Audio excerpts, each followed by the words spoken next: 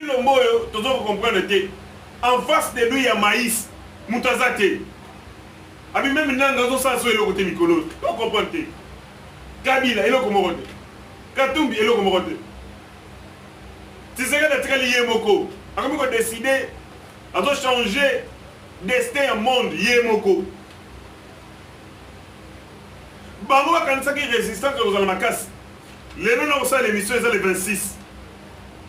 Lobby le 27. Le 28. Titre recommande le 30 juin. Nanga Nagagi Bango le 30 juin à Kofetango na Kinshasa. Mais ma péro bazo kokamo ba comprendre les choses. Qu'est-ce qui se passe? Nanga Muki le côtier entre les pattes. La quai entre les pattes. Il ne sait plus quoi faire. Mais il est Sili Bango. Ba tenter continuer Mambongo. Ba tenter continuer dans émissaire na Bango aux États-Unis. Personne n'a été réussi. À ta sentinelle, il y a Maison Blanche à Mbi Bangote. À ta sentinelle à Pambo, il y a Maison Blanche à Mbi. Ni Barnabé qui kaya. Celui qui kaya Rubi. Ni Moutounia Soana. Ni émissaire Nani Moïse Katumbi. Qui a menti les Congolais qui a la foot Nani mondial de ma club. Oh, parce que n'a rien de l'administration Trump. Basili Maïle. Colombo, Péro à lobby. Les alliés crient, il y a désespoir. Les alliés crient à Bato Balembi, Basili Maïle. Ils ne savent plus quoi faire. Bameki ba stratégie et aussi maté. Bameki ba stratégie pour contrer cet accord. Et aussi maté, ça n'a pas marché, ça ne marche pas. Yango Péro à l'Eli. Abi mais finalement tu l'omboyo. Moutaza Bosso d'attaquer. Aucun obstacle. Boulevard est comme Polele. Azokota Polele. Voilà, c'est comme ça qu'on vous disait que le président Félix Tshisekedi gagnera cette guerre avec les stylos. Sans effusion du sang. Binomo Bomaragaka. Kabila Bomaragaka. Continue à tuer les Congolais. Les armes des Congolais vont crier vengeance. Mais l'imo va Congolais Bobomi et vont crier vengeance. Parce qu'après, étape où il y a retour, il y a paix. Donc, il y a une étape, il y a justice. Beaucoup d'organisations qui sont signé un accord de paix dans Rwanda, dans le Congo. Et vous avez un effet suspensif sur la justice. Et la justice internationale fera son travail. La justice internationale ne s'arrêtera pas parce que le Congo a signé un accord avec le Rwanda. L'accord, c'était un accord. Il y a fin des hostilités. Ce n'est pas un accord judiciaire. Les criminels sont salami na Congo, ils allaient oublier, effacer. Accord le bibomoté. L'accord porte sur la paix. Ça veut dire, fin des hostilités, 2, respect et intégrité, il y a un territoire. Ça veut dire quoi? Botika Bitumba, Peko Kota Namboka Moningate, respecter ma belle naïe. Ça n'a pas dit que l'infraction Bossala, le crime de guerre Bossala, le crime contre l'humanité Bossala, le crime union sur odié et crapulé Bossala est tombé dans ma terre. Il y aura une phase égoïa pour la banquette, pour la poursuite judiciaire et puis pour la condamnation. Kabila Kobikate, tu n'échapperas pas. Okobikate, na makamunyo so kosala. Bandeko na ngai, naza na révélation na kosala na kati ya émission na biso, bona nanga na likebi malamu, bona likebi nyoso. Kabila bazomona ke aza oublié. Na kati ya accord de paix entre le Congo et le Rwanda. On parle de moins en moins de lui, on ne cite même pas son nom. Donc l'administration Trump s'en fout éperdument de Kabila. Ce qui intéresse les Américains, c'est que le Rwanda arrête d'attaquer le Congo pour exploiter les minerais. Pour ça. Coltan, lithium, cobalt, pour la sécurité na bango, pour l'industrie na bango technologique, pour la défense na bango. Fabrication, il y a mon ordinateur, il y a mon téléphone portable, ma gadget, peu misala ebele bele. Les Américains ont décidé depuis 2020 sur un plan, il y a approvisionnement et matières premières. Il y a un document stratégique. Donc, la matière première, rival Nabiso Chine a dévancé Bisso. Rival Nabiso Azali Naba avant s'ébélé sur Bisso, sur le plan technologique. Tout ça, les Seigneurs, tous à la source d'approvisionnement stable et yaba minéraux. Pour Bisso peut-on produire tout l'andaye, peut-on les cahiers. Donc l'enjeu est géopolitique, économique, sécuritaire, fait à défense. Donc les alliés blaguiter, les Américains battent son air pour Makambo et Simba. Ils n'ont pas le temps pour la Kabila. Kabila c'est quoi? Kabila représente quoi par rapport à l'intérêt de Bango? Les États n'ont pas de sentiments, les États n'ont pas d'émotions, les États n'ont que des intérêts. Il y a un moment qui bâti Nyos, gouvernance de mandat Trump Nyos, c'est ça, Congo. Boul Nyos et Trump, c'est le Congo. Comment accord Wana, comment parvenir à un accord pour que nous accéder à la minerai à Congo, pour permettre Ngaï, évidemment, de développer ce secteur Ngaï, il y a technologie, il y a défense, après le secteur Missoussou. Donc, ce n'est pas une question d'amusement, ce n'est pas un jeu d'enfant, c'est une question éminemment importante pour les autres préoccuper au plus haut niveau les Américains. Kabila se sent oublié. Il a joué un rôle, il y a un Congolais, mais Azali le dernier à être pris en compte. Batindia sans la salle besoin, le cas brouette. A Tongi Ndaku, Ndako Makila, il y a un Congolais. Maintenant, comme les Cambouis récompense, Bazoui et Batien à Simanda, brouette. Ndako Ngochama Kelele na Sima. Pour pouvoir tenir compte qu'il a participé à la construction Ndako. Mais l'Américain, l'administration Trump, ne s'intéresse pas à Kabila. Oui, parce que comme Kabila sous ça. Première carte à Kabila. Entre les lots, dans le lobby, dans le service de sécurité, dans le renseignement, Kabila Lingi Basala attaque dans Ouvira et dans Fizi. Bako boma ba Congolais comme pas possible. Dans Ouvira et dans Fizi. Pour la nini, pour ça la makele les makasi dans les États-Unis, pour que Trump aille se rendre compte que mais nous avons signé accord. Nous avons fait signer accord dans Rwanda, dans RDC, mais la sécurité comme sur ma casse.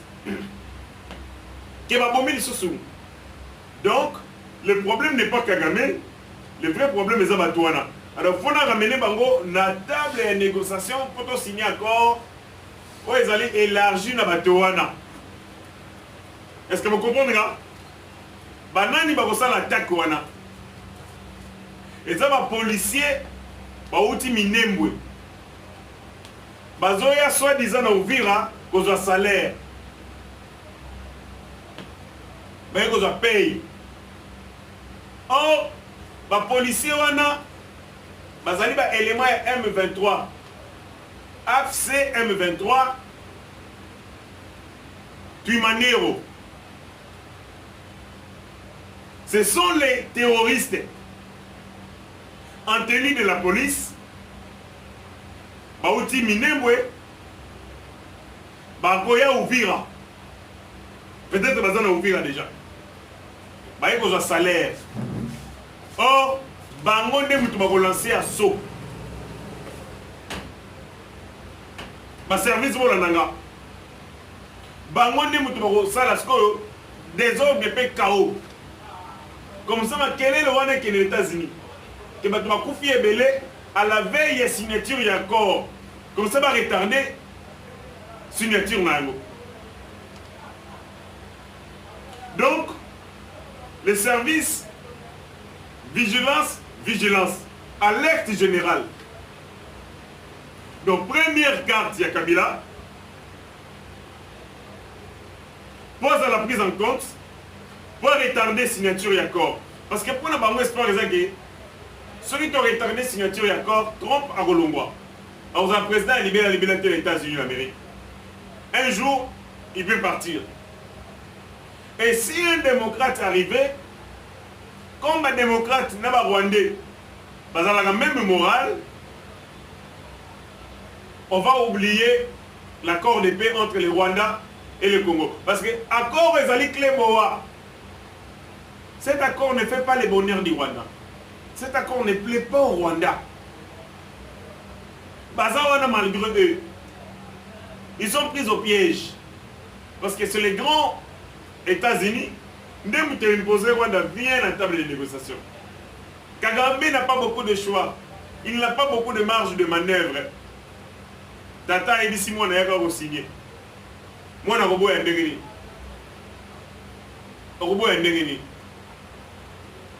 Kagame ne peut pas refuser. Kagame ne sait pas refuser. Maintenant, il envoie Batunaï pour créer cafouillage,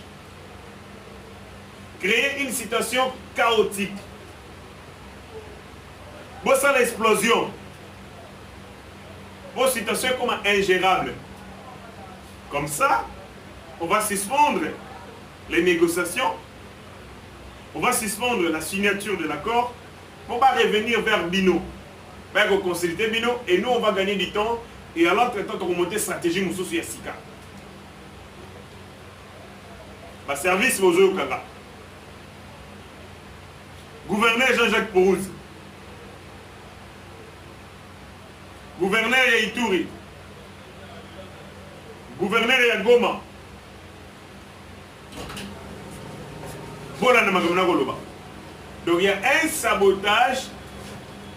Oye ko salama, o balingi ba sala. Tozali ko lobango pour nani? Posoki bayoki biso. To de jouer makambo balingi ba sala. Baloba ko moni ndoki belela ye. To moni bandoki, pe to beleli bango. Nous les avons dévancés. Nous les avons dénoncés. Tebisi Bakondi, tebisi opinion. Ce qui carnage, ce qui va bomber dans biso lelo, et Zali Kabila Mutako Sala Yango comme moyen de pression pour pousser les États-Unis d'Amérique de geler ou de suspendre la signature de l'accord au lobby. Premier plan Yangwana, premier projet Yangwana. Deuxième carte, va utiliser Jean-Jacques Wondo. Jean-Jacques Wondo pour la petite histoire pour la Tomoyebiye, Tomoyebiyete, Tomobosaniye. Jean-Jacques Wondo Azali, expert en sécurité, de nationalité belge, d'origine congolaise, Aza congolais. Abala na Belgique, Abotibana Bazaba belge. Le corps a combattu, dans ma de sécurité, Aza expertise. AG, il y a ANR, il y a Kala, à Bengi Sakaye, on va faire la réforme dans le secteur, il y a renseignement, notamment dans ANR. Jean-Jacques Wondoyer. Et Jean-Jacques Wondo, avec le temps, sera mis en accusation dans ma cambotali Christian Malanga. Parmi les bateaux, poursuivaka, Jean-Jacques Wondo Belge Azali. Il a été condamné à la peine de mort pour l'infraction, participation au mouvement insurrectionnel, et tentative à coup d'État. Après quelques temps, il y a emprisonnement dans la prison militaire Ndolo, et au moment de la grâce présidentielle, Jean-Jacques Wondo Abimi. Il faut bien évidemment reconnaître aussi famille na ye etaki pression makasi na gouvernement congolais. Notamment ministre des Affaires étrangères. Il y a Belgique, il y a Royaume à Belgique, il y a pression dans le Congo. Pression, pression, pression, pression, pression, pression, pression. Et le gouvernement congolais, Mandimari Kotika, est condamné à mort à la personne de Jean-Jacques Wondo. Grâce présidentielle et Bima, Jean-Jacques Wondo a gagné la Moka à Belgique. Mais l'autre cas Moussibiso, Kabila a utilisé Jean-Jacques Wondo actuellement. Pour Jean-Jacques Wondo a discrédité, a baby sa image à la République démocratique du Congo. Donc deuxième carte à Kabila, c'est Jean-Jacques Wondo. Lobby le 25, il était reçu dans le Parlement, il y a l'Union européenne, Parlement européen. Quand on a créé la condition de détention, il y a arrestation. À lobby, Babou Marabatuna Aner, Bakangaye illégalement, Bakondanaye sans preuve. Alors ça va témoigner, j'ai belé, qu'à lobby. Nous sommes là, comment dit ça, inquiétude, il y a l'Union européenne, qu'on ramène, va décider, Rwanda, va se retirer, mais va retirer attention à Bango sur la République démocratique du Congo. Donc c'est un plan bien conçu, bien élaboré par Kabila, où il va exécuter en Gosikayo pour un élan. Oyo, communauté internationale pour le Congo est diminuée. Pour la dynamique, Oyo est mise en place et connaître obstacles. Pour un effort nyoso, Omo Konzambo Kakosa sur le plan diplomatique et connaître échec. Donc, la deuxième carte utilisée par Kabila pour stopper Makambo et Kozara Lobby. C'est Jean-Jacques Wondo. Je vais une question. Je vais vous appeler dans mon madame va faire un conseil à modèle à bombe libérer Jean-Jacques Wondo. Il était condamné à mort. Pourquoi il a été libéré? Aujourd'hui, on l'utilise par nos adversaires pour déranger nos intérêts. Ça doit nous choquer. Ça doit nous faire mal. Nous libérons des personnes qui, à la langue, basé sur ça, la République m'a bien d'être Jean-Jacques Wondo qu'on a libéré.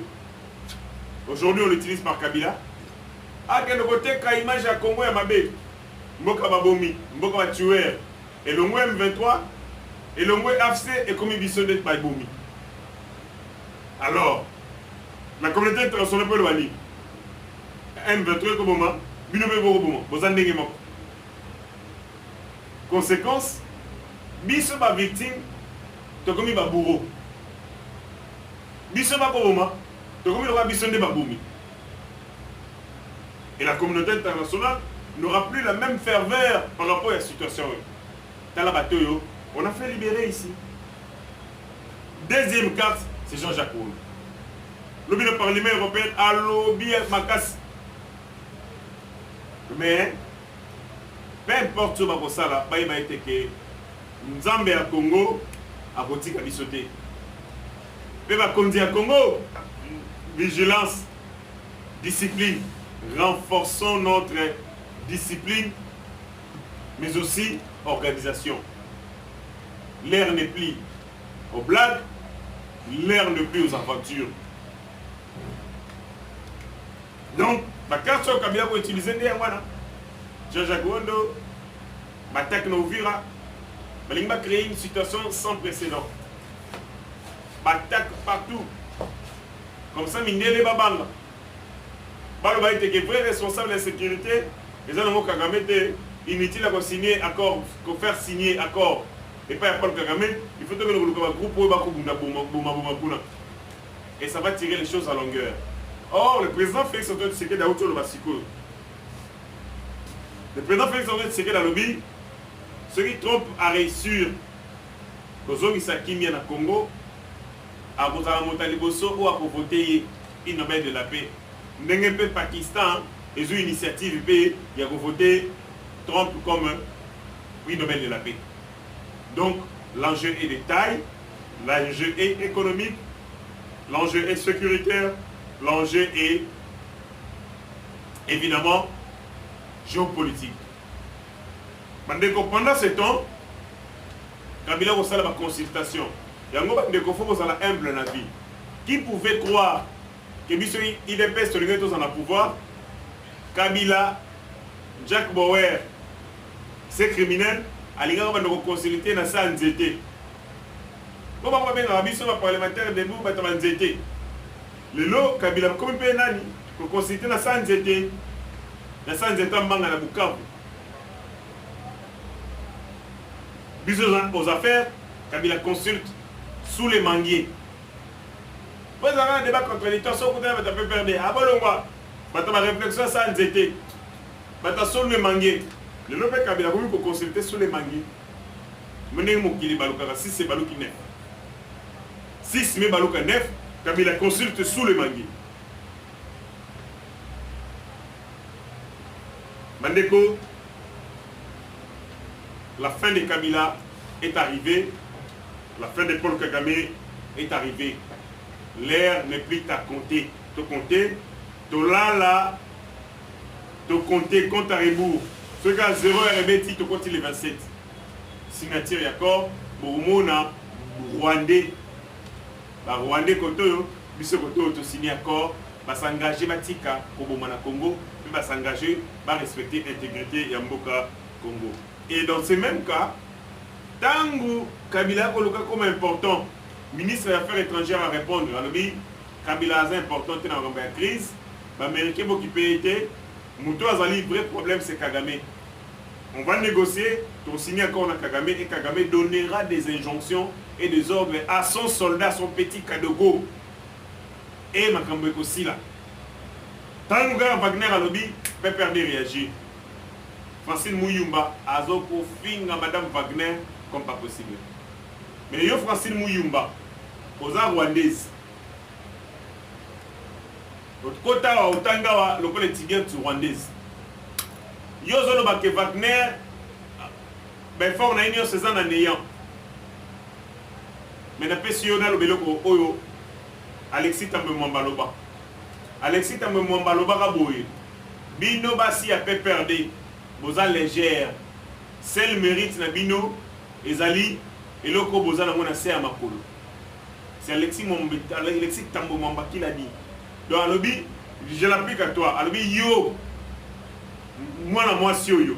Moi j'ai du respect pour les mamans. Maman karaba maman te na pesa bon respect. Mais Alexis Tambe Mwamba loba bino ba fille a pe perdre boza légère.